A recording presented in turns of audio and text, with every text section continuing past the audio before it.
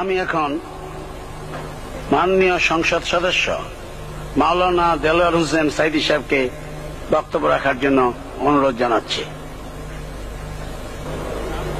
নাহমাদুহু ওয়া নুসাল্লি আলা রাসূলিহিল কারীম ওয়া আলা আলিহি ওয়া আসহাবিহি আজমাইন। আউযু বিল্লাহি মিনাশ শাইতানির রাজীম। বিসমিল্লাহির রহমানির রহিম। মাননীয় স্পিকার, আপনি এই মহান সংসদের স্পিকার হিসেবে নির্বাচিত হয় আমরা জাতীয় সংসদের পক্ষ থেকে আপনাকে অন্তরের অন্তঃস্থল থেকে মোবারকবাদ জানাচ্ছি।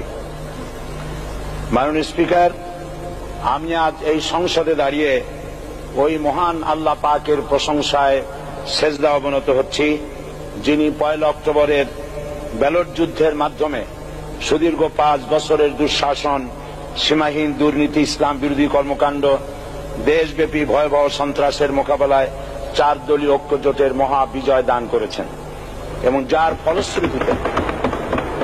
ফলশ্রুতিতে আজকে আমরা এই মহান সংসদে দাঁড়িয়ে কথা বলার সুযোগ লাভ করেছি। মাননীয় স্পিকার, আপনার মাধ্যমে আমি আমার অন্তরের অন্তঃস্থল থেকে দেশবাসীকে ধন্যবাদ জানাই। বিশেষ করে আমার নির্বাচনী এলাকা পিরোজপুর, নাজিরপুর, ইন্দুরকানীবাসী ভাই বোনদের প্রতি কৃতজ্ঞতা জানাই, যাদের অক্লান্ত পরিশ্রমে এবং মূল্যবান ভোটের মাধ্যমে আমি নির্বাচিত হয়ে মহান সংসদের সদস্য হওয়ার সুযোগ লাভ করেছি। মাননীয় স্পিকার, বাংলাদেশের 13 কোটি মানুষকে যারা পরিচালনা করবেন আজকে তারাই এই মহান সংসদে বসে আছেন। আমি আপনার মাধ্যমে তাদের উদ্দেশ্যে কিছু কথা বলতে চাই। জবাবদিহিমূলক সরকার, কল্যাণমূলক সরকার ও সুস্থ প্রশাসন, এই বাক্যগুলি আমরা প্রায় শুনে থাকি। এই বাক্যগুলির অর্থ সরকার স্বৈরাচার নয়, বরং জনগণের কল্যাণে জনগণ নিকট দায়বদ্ধ সরকার, যা আব্রাহাম লিঙ্কনের ভাষায় by the people, for the people, of the people. বর্তমান পৃথিবীতে মূলত গণতান্ত্রিক দেশে এখন সরকারকে বিবেচনা করা হয়। এরূপ সরকারের জনগণের সার্বভৌম ক্ষমতার উৎস হিসেবে বিবেচনা করা হয়, অর্থাৎ সংখ্যাগরিষ্ঠ প্রতিনিধিদের প্রণীত আইনই হল আইন এবং নির্বাচিত হবার পর সরকার হয়ে পড়েন সমগ্র জনগণের, আর বিরোধী দল হয় ছায়া সরকার। মাননীয় স্পিকার, সরকারকে সঠিক পথে পরিচালনার জন্য বিরোধী দলকে অপরিহার্য বিবেচনা করা হয়। বর্তমান গণতান্ত্রিক চেতনা বেশি পুরনো নয়, মানুষ মূলত রাজতান্ত্রিক স্বৈর শাসনের সাথেই বেশি পরিচিত। বস্তুত বর্তমান পৃথিবীতে গণতান্ত্রিক শাসন ব্যবস্থায় জবাবদিহিমূলক, কল্যাণমূলক, স্বচ্ছ প্রশাসনের যে কথাবার্তা আমরা শুনতে পাই, এর প্রথম উপস্থাপক হলেন বিশ্বনবী হযরত মুহাম্মদ রাসূলুল্লাহ সাল্লাল্লাহু আলাইহি ওয়াসাল্লাম। বর্তমান গণতান্ত্রিক ব্যবস্থাপনার সাথে ইসলামের মূল পার্থক্য হল সার্বভৌমত্বের ধারণা নিয়ে। ইসলামের দৃষ্টিতে সার্বভৌমত্বের মালিক জনগণ নয়, মালিক হলেন আল্লাহ রাব্বুল আলামিন। কিন্তু সরকার গঠন ও পরিচালনা জনগণের ইচ্ছার ভিত্তিতে হতে হবে। জনগণের ইচ্ছার বিরুদ্ধে ক্ষমতায় থাকার অধিকার ইসলামের স্বীকৃত নয়। মাননীয় স্পিকার, সাধারণত লক্ষ্য করা যায় সরকার, সরকারি কর্মকর্তা ও কর্মচারীবৃন্দ জনগণের উপর নানাভাবে জুলুম, নির্যাতন বা শোষণ করে থাকে। জনগণের খাদেম না হয়ে তারা হয়ে পড়েন জনগণের প্রভু। তারা জনগণের সম্পদকে তসরুপ করে। এই অবস্থা থেকে মুক্ত করার জন্য রাসূল করিম সাল্লাল্লাহু আলাইহি ওয়াসাল্লাম সরকারি কর্মকর্তা ও কর্মচারীদের মধ্যে তীব্র দায়িত্ব অনুভূতি জাগ্রত করে তিনি বলেন, ঘুষ দাতা ও গৃহীতা উভয় জাহান্নামী। নবী করিম সাল্লাল্লাহু আলাইহি ওয়াসাল্লাম আরো বলেছেন, আমরা যদি কাউকে কোনো রাষ্ট্রীয় দায়িত্ব প্রদান করি তখন সেই ব্যক্তি তার ব্যক্তিগত কাজ যতটা নিষ্ঠা ও আন্তরিকতার সাথে পালন করে, রাষ্ট্রীয় দায়িত্ব যদি সেভাবে পালন না করে তবে কিয়ামতের দিন তাকে উল্টো করে জাহান্নামে নিক্ষেপ করা হবে।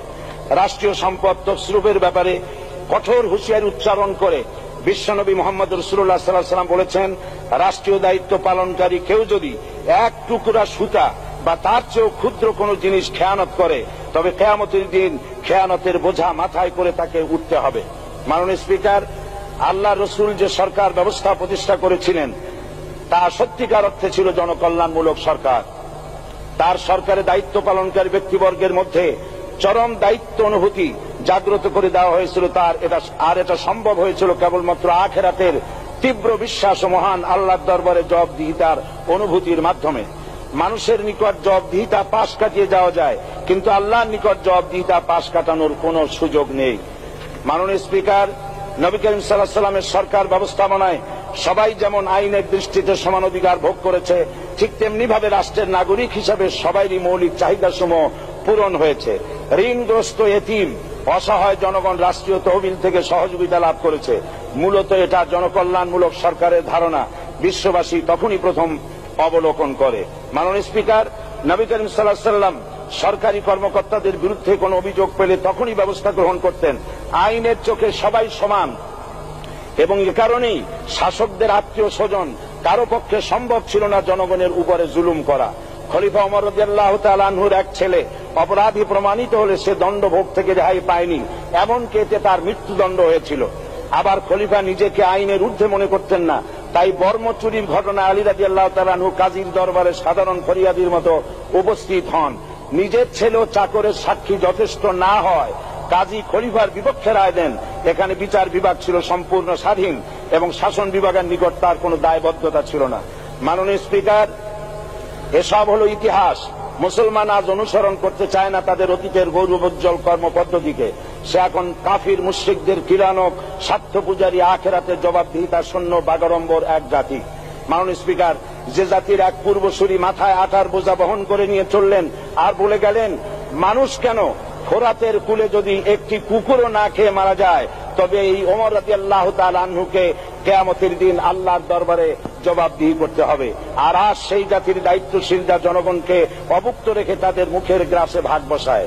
জনগণ তাদের নিকট উপস্থিত হলে মনে হয় যেন গোলাম প্রভুর দরবারে উপস্থিত হয়েছে, আর অহেতুক উৎকোচ দাবি করে তাদের উপর জুলুম করছে।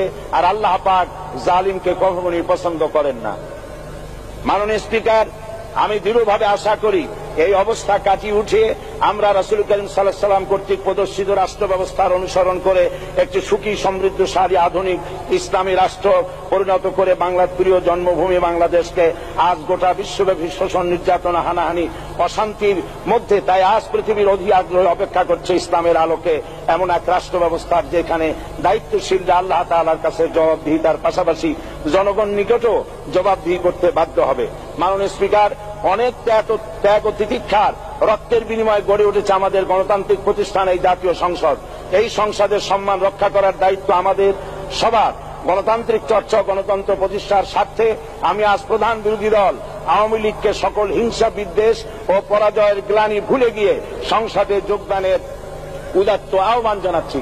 পরিশেষে আমি আপনার মতো সর্বজন শ্রদ্ধ একজন মার্জিত ও সুশিক্ষিত ব্যক্তিকে এই মহান সংসদের স্পিকার হিসাবে লাভ করে আমরা আনন্দিত হয়েছি। আমাদের সংবিধানের সংরক্ষণ, সমর্থন ও নিরাপত্তা বিধান এবং আপনার অভিভাবক সুলভ নিরপেক্ষ আচরণ ও সংসদকে ধন্য করবে বলে আমরা বিশ্বাস করি। আপনাকে ধন্যবাদ। আসসালামু আলাইকুম ওয়া রাহমাতুল্লাহ। মাননীয় সদস্য মাওলানা দেলোয়ার হোসেন সাঈদী সাহেবকে আপনার তথ্যপূর্ণ ইসলামিক মূল্যবোধ সহ মূল্যবান বক্তব্যের জন্য ধন্যবাদ।